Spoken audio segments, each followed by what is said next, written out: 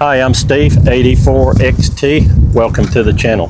Well, I've got my Intellitron 17-foot stainless steel telescopic whip here, and let me show you a tip to be able to find your favorite ham bands real quick and easy. And by the way, go grab you some Sharpie markers and let's get started.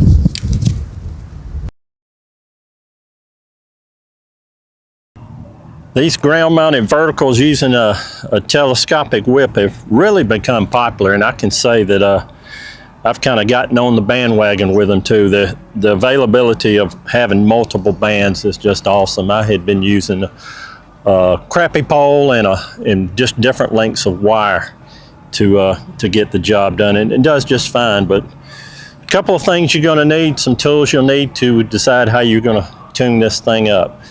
First thing you're going to need is a nice big area, and I have tried this in my backyard and it didn't work. You've got to get away from any metal objects when you're kind of tuning an antenna, because everything can have an effect on everything. I've got a huge metal shop. I've also got chain link fence and just about everything that could interfere with it, along with other antenna wires that are already up in the yard. So I come up here to my local schoolyard. There's nothing going on here today. Big open area.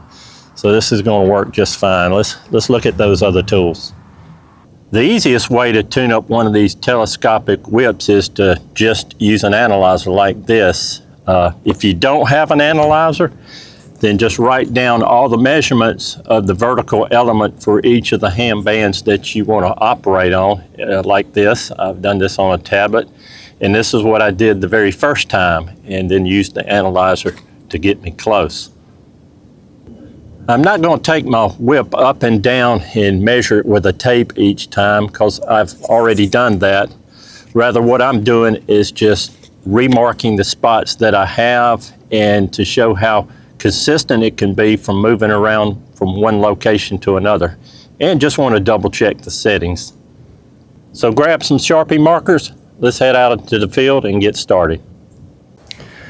Here's my mirror mount on a stake in the ground, and the telescopic whip is on there. I haven't even pulled it up yet, but when you're taking measurements, you also got to take into account this amount here, because that's part of the length of the antenna too. So let's get started.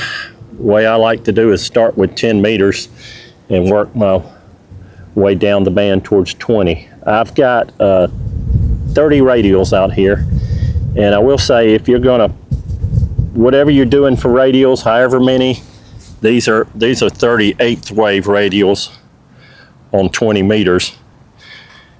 Instead of 15. Whatever you do, stay consistent on. If you're tearing the screen door off of your house and using that, we'll take that every time, because that will keep all the variables consistent. Okay, I'm going to start here with 10 meters and pull this antenna up. I've used my cheat sheet to come up with the close setting. Mine's already been marked, and so what I'm doing today is really remarking the spots where I can see them good. We'll find our mark, and I think it's there. I think that measurement was 8 foot 6 inches. So let's check that with the analyzer. Okay, let's take a look at where we've got it set for the 10 meter band. I think this is going to be about right. I'm using 28.400 is where I want to center it on, and oh yeah, this right here is where I want. Yeah, 1.2. Yeah, that's going to be just fine for 10. All right, once everything looks good on the analyzer, take your Sharpie marker and just go all the way around it. Doesn't have to be real pretty, and you want to avoid spinning it, because I've tried that. Just take that Sharpie, go all the way around it several times. And there you have a nice spot. And if you want to, you could even put a 10 on there. Let you know that's 10 meters. Give it a chance to dry. Don't send it back down in the tube, because we're going to mark the others. It'll have plenty of time to dry. Okay, 10 meters is set. I'm happy with that and marked well. Let's go on up to the next band that I'm busy on and make sure each section pulls up exactly and completely out. And now I'm looking for another mark, which will be 15 meters right there. All right, let's go check that on an analyzer before we mark it up. Okay, let's take one final look at 15 meters. I think it's going to be just where we need it. Oh yeah, that's good. 1.27. Yeah, we'll go with that. Okay, this looks to be the spot that I want to have for 15. So let me go all the way around it. This doesn't last forever. You know, as you use the antenna going up and down, it's going to move around. So this gets you in the ballpark, and you can put your 15 back on there. Happy with that. Let's move on down the band to 17. Okay, let's move on down the band. Happy with 15, and pull it up. That's going to give it time to dry, and see if I can figure out where 17 is. If you're doing it by measuring, 12 foot, 11 inches will get you in the ballpark. All right, looks like another blue mark there for 17 meters. Let's go check it out on the analyzer. All right, for 17 meters, we're shooting at 18,150 is what I want to target, and voila.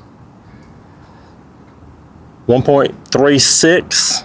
Yep, that's going to do just fine. Let's lock that one down right there. Okay, time to go all the way out. You got to be careful with these segments and don't leave one in. Pull them all out completely. All right, you probably notice I don't even have a mark here for 20 meters. It would be about 16 foot 6 inches. This is a 17 foot element length here on the length of this, but for some reason my analyzer says I'm too short. But there's something me and some of the other guys in the club have kind of come to figure out with the analyzers and measuring things like this. Let's go take a look at it. I know it measures short, but let's go take a look at it. All right, let's take a look at 20. We have pulled it all the way out, and I know how it's going to read. Yeah, it says the dip is at 14,425, which is well above the target of 14,275, what I'm shooting at, but still, it's still within the ham band, because at 14,275, we're at 1.23, so I guess we won't sweat it. It'll make it even easier. Just pull that thing all the way up. We've learned, a couple of the repeater engineer guys got with me one day when I was doing this, and I says, why is this? The 17 foot doesn't look long enough. So we put it on the radio looks fine.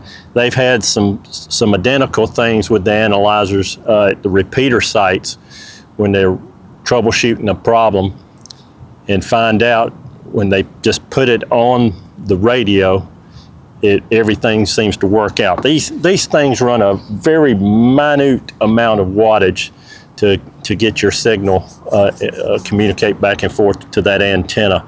Very, very minute, very, very minute. So it's not like running 30 or 40 watts through it. Well, there you go. My Intellitron 17 foot telescopic whip is already pre-marked up. All I need to do is just grab and go, and it's already labeled up. I can leave behind the measuring tape, the cheat sheet, and the analyzer, which I have several times. By marking it out in a big open area like this, you got confidence knowing that wherever you go portable and set up, if something doesn't look quite right, it's probably something in the environment that you're in. It may be the soil, it may be something metallic somewhere around. It could be anything, but the confidence is you've got it set up in a nice, clean, open area, and it's ready to go. Hey, hope you got something out of that. If you have, hit the like and subscribe button, and we'll do a few more of these things. And I'll catch you again on the next ham radio portable 73.